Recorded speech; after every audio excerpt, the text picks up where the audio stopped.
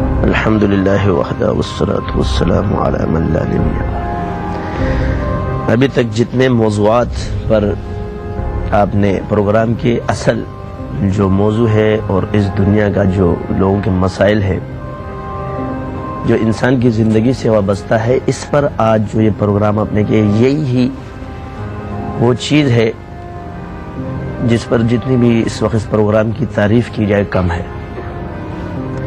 جادو کیا ہے؟ جادو وہ مخفی پراسرار طاقت ہے جس کو اللہ نے پیدا کیا ہے اور اللہ نے اسے اپنے ناپسندیدہ لوگوں کو دیا ہے۔ شیطان اس کا ماہر، بے حیائی اس کا زیور، گندگی غلاظت اس کی خوراک، بدعقیدی اس کی ابتدا، شرک اس کی انتہا۔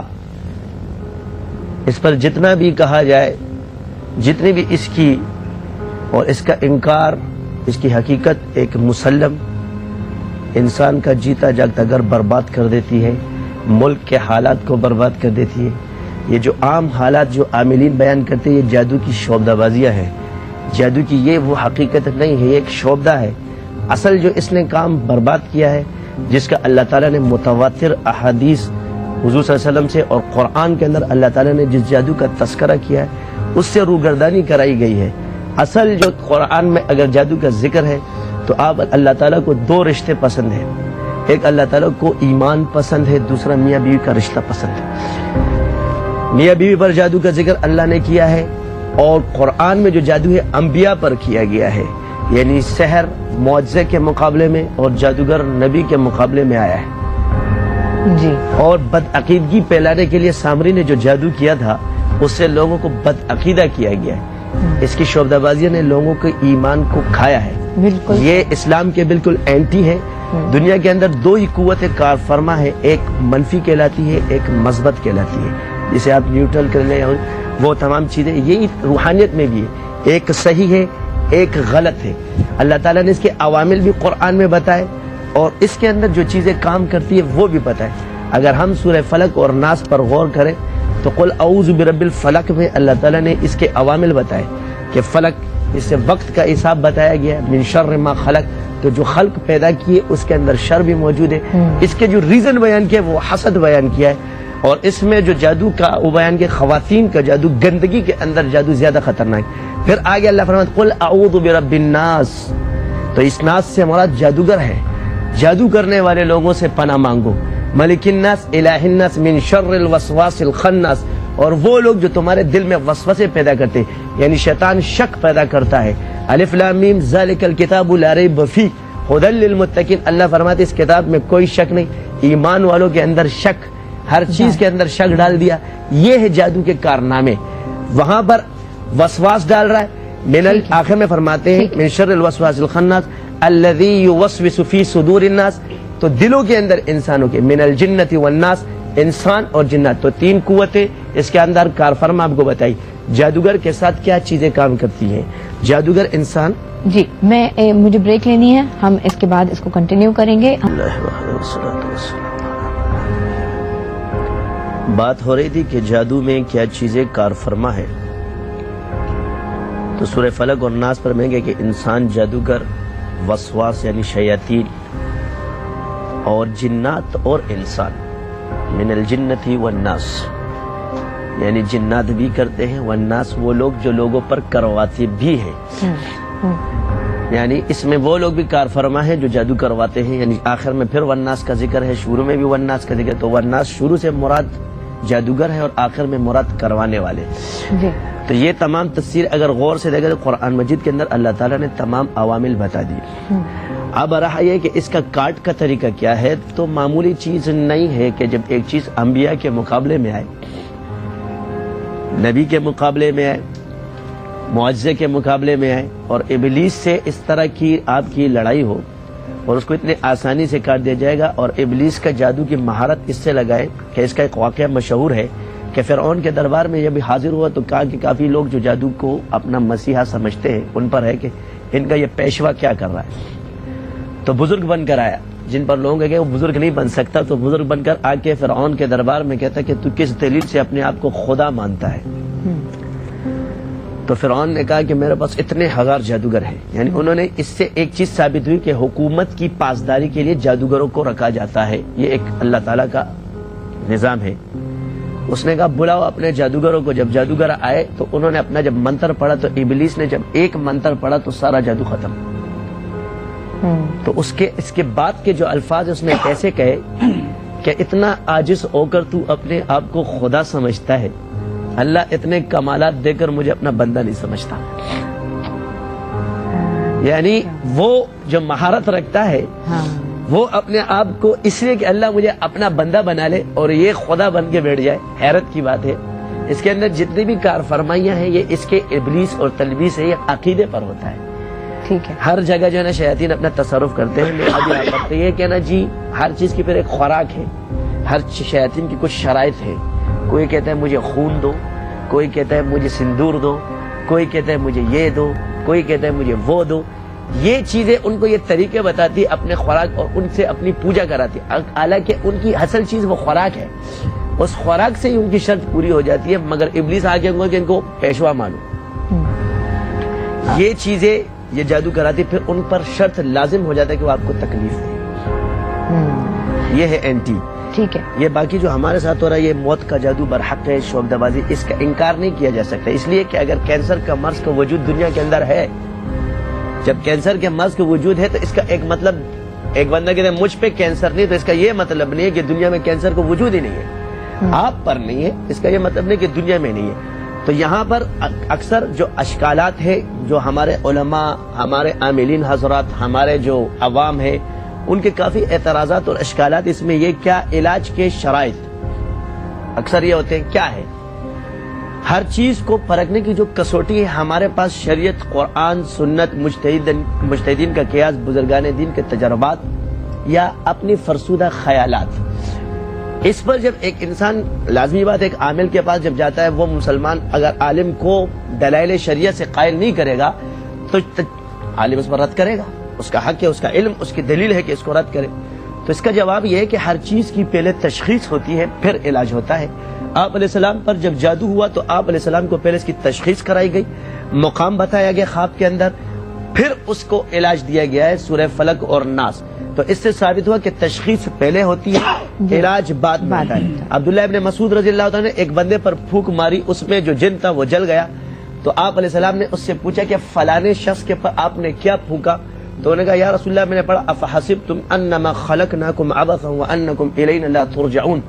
تو فرمایا کہ اس کے وجود کے اندر جن تھا وہ جل گیا. اس سے بھی تین چیزیں ثابت ہوئی، جن کا جلانا ثابت ہوا، جن کا وجود کے اندر حلول کرنا ثابت ہوا، اور آپ علیہ السلام کا تشخیص کرنا ثابت ہوا. تو اس سے یہ ثابت ہو کہ جو رجال اللہ اس کے لیے اللہ نے پیدا کیے، جو اللہ والے، ان کو اس کی تشخیص کا علم ہوگا. اب اس کے جو تجربات ہے تو تجربات یا کسی ذرائع کو شریعت منع نہیں کرتی. حضور کے دور میں بخار 102 103 کا وجود نہیں ہے، بخار کا وجود ہے، تھرمامیٹر کا وجود نہیں ہے. کینسر، باطنی، جتنے بھی امراض ہیں اس کی جتنے بھی دلائل ہیں وہ ظنی ہے، کیفیات حقیقی کے انسان پر آتے ہیں. تو جب اس چیز کے ذرائع مانے جاتے ہیں تو لہذا جو سحر قرآن اور حدیث سے ثابت ہے اس کے بھی جو ذرائع وہ بھی معتبر مانے جائیں گے.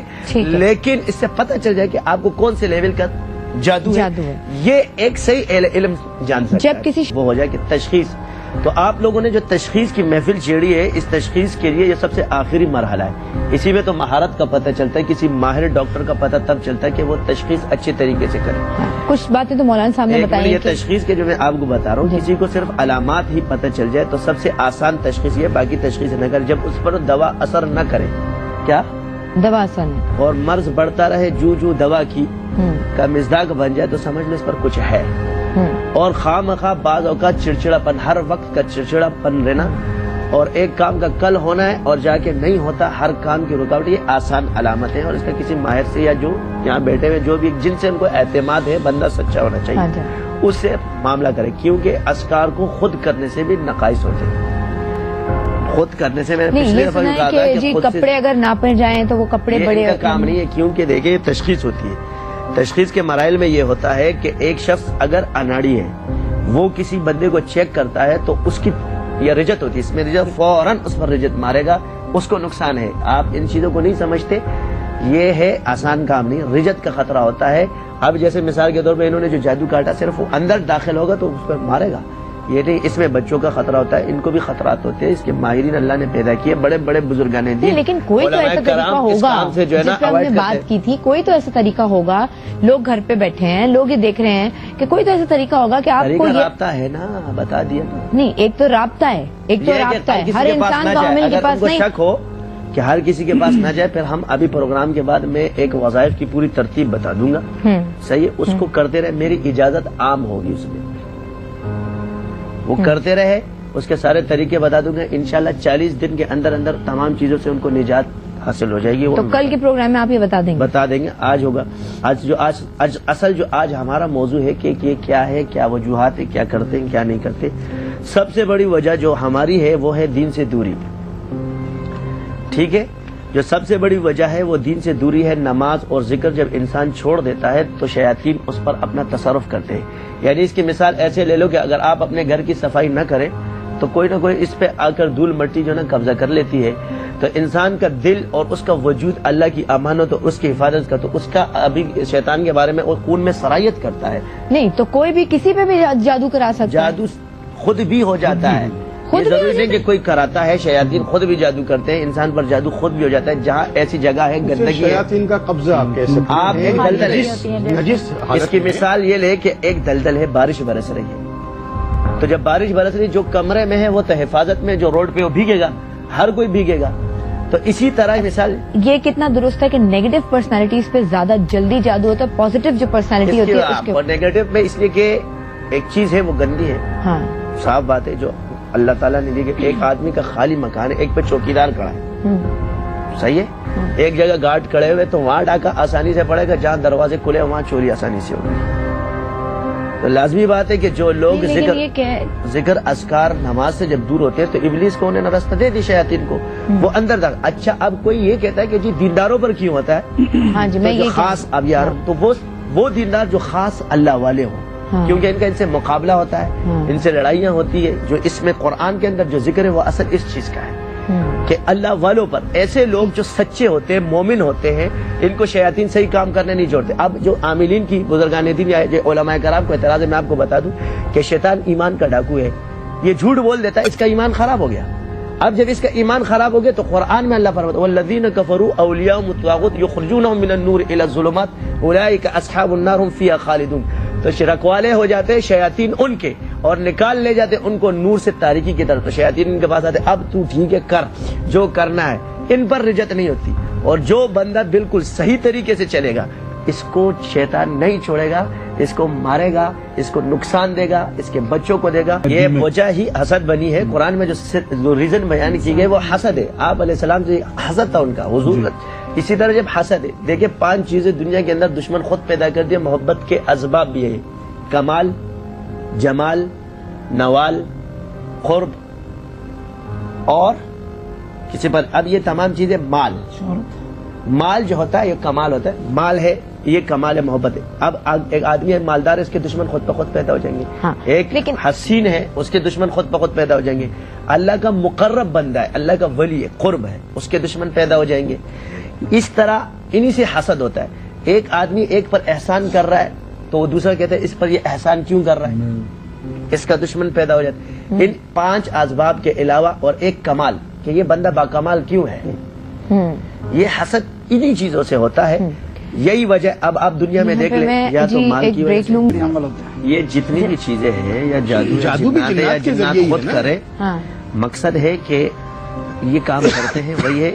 اس کی مثال ایسے ہے کہ ایک شرارتی جنات ہوتے ہیں, وہ خود سے شرارت کرتے ہیں. ایک جادو کے ذریعے ایک جادوگر نے ان کو قابو کیا اور بھیج دیا. اب یہاں پر جو اصطلاح ہے کافی عاملین اور ساحر میں فرق بیان نہیں کیا ہے کہ عامل کس کو کہا جاتا ہے, ساحر کس کو کہا جاتا ہے. ہر وہ جادو کرنے والا اور ہر وہ آدمی جو شریعت کے مطابق عمل کرے اس کو عامل کہا جاتا ہے, اور جو خلاف شرع کام کرے اس کو جادوگر کہا جاتا ہے. لیکن یہ عملیات کی جو اصطلاح ہے یہ اس وقت 1400 صدی میں آئی ہے. ساری یہ جتنی بھی کتابیں شاید مولانا نے بھی نقل کیا, جتنی یہ کاملین سے نقل کی گئی, ان کی کتابوں کے تجربات سے ثابت ہے. امام غزالی رحمۃ اللہ علیہ, بڑے بڑے بزرگان دین احمد. تو یہاں پر جو آج ایک سوال ہے وہ یہ ہے کہ اجازت ایسی ضروری چیز ہے کہ قرآن ہمارے پاس موجود ہے. آپ علیہ السلام نے فرمایا سورہ فاتحہ جو پڑھے جس مرض کے لیے شفا ہو جائے، لیکن آج ہم پڑھ کے پھونکتے ٹھیک نہیں ہوتے. تو وجہ یہ ہے کہ وہ منہ بنا دے تو اثر آ جائے گا. اس میں یہ ہے کہ امام احمد بن حنبل رحمۃ اللہ علیہ کے دور کا ایک مشہور واقعہ ہے کہ ایک عورت پر جن آیا، تو حضرت نے 2 لکڑیاں اپنے شاگرد کو دی، قرآن کی ایک آیت بتائی اور اس لکڑی کے ساتھ فرمایا جا کے اس کو کہو کہ شیخ احمد کہتا ہے اس جگہ کو چھوڑ دو، اس عورت کو چھوڑ دو. اب جب وہ لکڑیاں وہ لے کر گیا تو اس نے کہا شیخ احمد کہتا ہے کہ اس لڑکی کو چھوڑ دو. نے کہا کہ شیخ احمد ہمیں کہے تو ہم کوفہ چھوڑ دیں. وہ چلے گئے، حضرت کا وصال ہوا. اس کے وصال کے بعد وہ جن دوبارہ اس لڑکی پر حاضر ہوا، وہی لڑکا، وہی بندہ، وہی جن، وہی لڑکی، وہی لکڑیاں، وہی قرآن کی آیت لے کر گیا. اس نے کہا باہر نکل، شیخ احمد کا انتقال ہو گیا ہے. تو بات یہاں پر یہ ہے کہ کلمہ ہر چیز وہی ہے، وہ منہ نہیں ہے. ہمارے ایک مثال ایک بزرگ گزرے تھے، ان کا نام اخوند بابا بڑا مشہور ہے. ان کے مدرسے میں ایک دن کھانا نہیں آیا تو انہوں نے کہا پانی لے کر آؤ. جب پانی لے کر انہوں نے فرمایا لا الہ الا اللہ محمد رسول اللہ، پھونک مارا، وہ دودھ بن گیا، کرامت ظاہر ہو گئی. طلباء نے کہا یار یہ تو آسان کام ہے، چلو حضرت سے چلے گئے. جب وصال ہوا تو وہی معاملہ ہوا، دوبارہ انہوں نے وہ دودھ لا کر دیا تو ساری رات کلمہ پڑھتے رہے، پانی نے تو ٹھس سے مس نہیں ہونا ہے. تو انہوں نے کہا کہ حضرت یہ کیا؟ تو انہوں نے کہا یار کلمہ تو وہی ہے، منہ خون کا نہیں ہے. رتبہ سمجھ کیے. یہاں پر جو سارے مسائل ہیں ہم عوام کو تو بتاتے ہیں، یہاں پر اثر اس کے الفاظ کا ہوگا جس نے اس کی ریاضت کی ہوگی. اگر وہ شخص ایک مرتبہ ہی بول دے کہ آپ کو یہ چیز پڑھنی ہے تو ایک مرتبہ میں اثر ہوگا. یہ شخص ساری رات پڑھتا رہے، اس کا الٹا اثر ہوگا، صحیح نہیں ہوگا. تو عاملین کا اصطلاح اب یہاں پر جو جتنے اذکار ہیں میں آپ کو بتا دوں کہ کہاں سے اذکار کی خرابیاں شروع ہوتی ہیں. عاملین بھی بتاتے، کاملین، یہ سارے بتا رہا ہوں. وجہ یہ ہے کہ ہر چیز میں پھر وہ الٹا آبل اور مجھے مار والی کہانی شروع ہوتی ہے. یہاں پر جو ہے عاملین کی اصطلاح ابھی شروع ہوئی. عاملیات کیا؟ کسی کے پاس اگر جنات آ جائے چھوٹے سے وظائف کر لے اس کو عامل کہا جاتا ہے. کاملین کا ذکر تھا، یہ طریقہ تھا کاملین کا. پہلے کاملین اس کی سیڑھی عبور کرتے تھے پھر کامل بنتے تھے. آج کل یہ الگ الگ ہو گیا ہے. ان کو عامل کہہ دیا گیا، ان کو کامل کہہ دیا گیا. 100 مرتبہ ذکر کرتے اس سے یہ جائیں گے. اب یہ 101 مرتبہ آیت الکرسی بتا رہے ہیں، یہ ویسے ہی عمل ہو جاتا ہے. نہیں وہ 41 مرتبہ پڑھنے سے وہ چیز عمل میں داخل ہو جاتی ہے. جب عمل میں ایک چیز داخل ہوگی تو اس کے نیگیٹو پوائنٹ زیادہ شروع ہو جائیں گے، پازیٹو کم. وقتی طور پہ اس کو تو صحت مل سکتی ہے، مگر اس کے بعد جب وہ کیونکہ اس کو نسبت کی طرف اللہ تعالیٰ کھینچ دے گا تو وہاں پر جب شیاطین اس کو ماریں گے تو اس لیے اتنے اذکار بتائے جائے کہ جو اجازت کے ساتھ اور بندہ کرے اس وقت، اور اس کی اجازت بھی، اور پھر وہ اس کو طریقہ بھی بتائیں گے کہ بھائی اس طرح پڑھنا، اس نیت سے پڑھنا. اچھا میں نے تو آپ سے یہ کہ یہ تشخیص کے ایک طریقے ہیں. تشخیص کے طریقے تشخیص کے طریقے جو ہے یہ تجربات ہے بزرگان دین کے. شریعت میں نے ابھی آپ کو کہا کہ کسی بھی مرض کے شریعت اس کا انکار نہیں کرتی، کیونکہ مرض کو معلوم کرنے کے لیے طریقے، اس کے 4 طریقے ہیں. لوگوں نے جو بزرگان دین سے، ایک موکلات کے ذریعے ہوتا ہے، جنات، کیونکہ وہ اپنے جن سے نہیں چھپ سکتے، ہم سے چھپ سکتے. آپ ہم ایک دوسرے کو نظر، جنات ایک دوسرے کو نظر آتے ہیں. اس طرح یہ ہاتھ کا طریقہ ہے، تو اس ہاتھ کے طریقے میں پھر سارے آ جاتے ہیں، دھاگا ہے، کپڑا ہے، فلانا ہے، ڈمکانا ہے. یہاں پر جو عامل چیک کر دے گا یہ غلط ہے. غلط بات نہیں ہے، کسی بھی چیز کا اصل ہونا اس کے بعد نقل پیدا ہوتا ہے. قیودات ہے کہ عامل کون ہوتا ہے، پھر کاملین کا درجہ کہاں سے شروع ہوتا ہے. تو اس کے لیے بزرگان دین نے پھر شرائط جو رکھی ہے اس کو وہ کرنا پڑتا ہے. یہ مجھ پر جتنے اصرار یا ابھی میں جو باتیں کر رہا ہوں کسی کتاب کی نہیں ہے، یہ سب الہام اور القاء ہے. ورنہ آج تک کوئی عامل اس کا جواب نہیں دے سکتا. میں سوال پوچھ لاؤں کہ سوال ہاتھ بڑا کیوں ہوتا ہے اور چھوٹا کیوں ہوتا ہے، اس کا جواب نہیں دیں گے. تو یہ چیزیں ہیں کیونکہ جن کل بات کرتے ہیں جی گرم ہونے کے بعد وہ کیا کہتے ہیں کہ ایک وجود آ گیا، وہ بڑھ گیا، اور جادو انسان کے وجود کو سکھیڑتا ہے، یعنی ختم، چھوٹا کر دیتا ہے، اس کی صلاحیتوں کو ختم کر دیتا ہے. اس لیے اس کا نشان چھوٹا. اس سے بزرگان دین نے اس کو چھوٹے اور بڑے کاملین کے طریقے. بہت بہت شکریہ. ہمارے تمام